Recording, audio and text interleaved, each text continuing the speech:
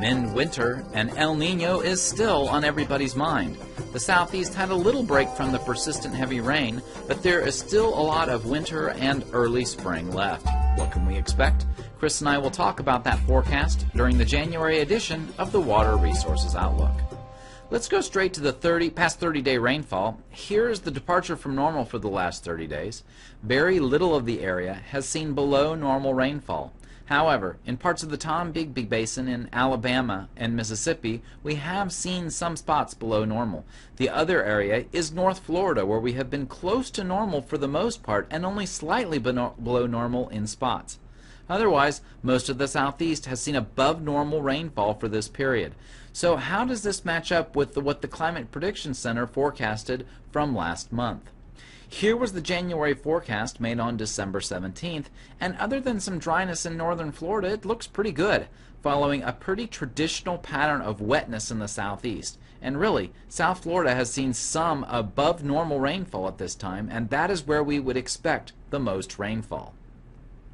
The Drought Monitor is almost all white, without any dryness at all, except for the area we spoke of in North Florida and along the Georgia coast.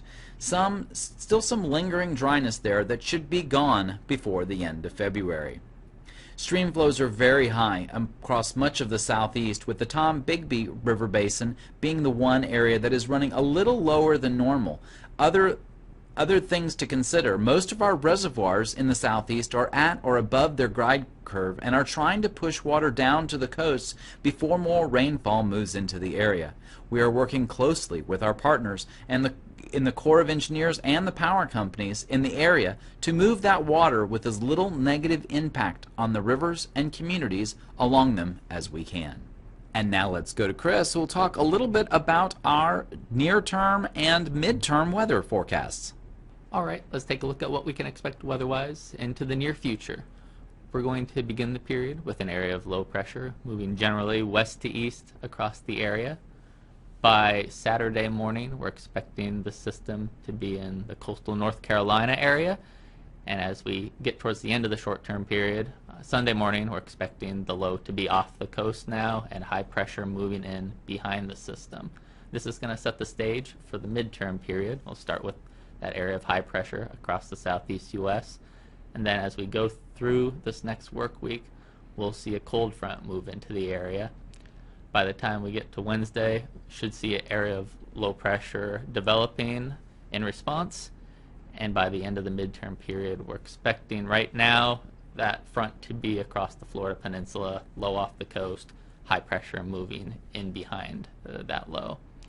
So for the 7-day precipitation forecast, we can expect precipitation across the southeast, a minimum of sorts in Florida, though we're still expecting precip down there. And as we just saw, the majority of this precip is associated with two events with a bit of a lull in the middle, which generally corresponds to the beginning of this next work week. Looking at the long-term period, we can expect above normal precipitation amounts across the southeast, and this is generally keeping with the trend that we've been seeing. We're still in this El Niño winter where we tend to expect above normal precipitation amounts. Thanks, Chris. Now let's go from the midterm to a more long-term outlook. With a continuing strong El Niño, the February forecast is classic El Niño, and that is why we are still so concerned about the reservoirs in the area. We are still looking at potential heavy rain for much of the southeast during February, and this should continue for the rest of winter into spring. These two outlooks look very similar. It doesn't look like we'll be out of the woods with chances of heavy rain until April sometime. However, once we get to April, things should start to become more normal as we transition from spring to summer and out of El Niño to more neutral conditions by that time. Our next concern will be as we get through the rest of the year and La Niña begins to become a concern. We will start to address that sometime in April. So the bottom line, in the short term, the wet pattern continues, with small breaks, as we've seen a little bit during January. We could have a couple more breaks in the rest of January. However, it's still looking to become more wet soon as we get to the end of the month and into February. As for the long term, El Niño will continue to dominate the long-term forecast throughout the southeast. It will be the dominant weather driver through the rest of the winter into spring. And you know, the message that we're trying to send out right now is that this is not complicated. We are expecting more rainfall. We are expecting flooding through the rest of this season.